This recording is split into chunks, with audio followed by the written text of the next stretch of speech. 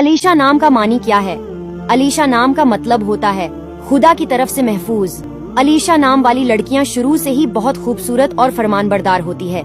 इस नाम की लड़कियां बहुत हंसी मजाक वाली होती है और इसके अलावा सब्र वाली होती हैं।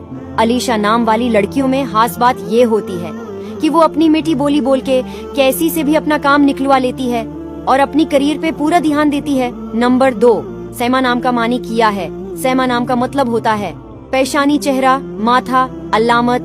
सैमा नाम वाली लड़कियां नेचर की बहुत अच्छी होती है पर इमोशनल बहुत जल्दी हो जाती है।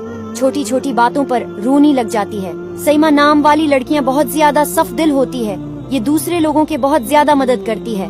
नंबर 3, अरीबा नाम का मानी क्या है? अरीबा नाम का मतलब होता है अक्लमंद, दाना, होशियार।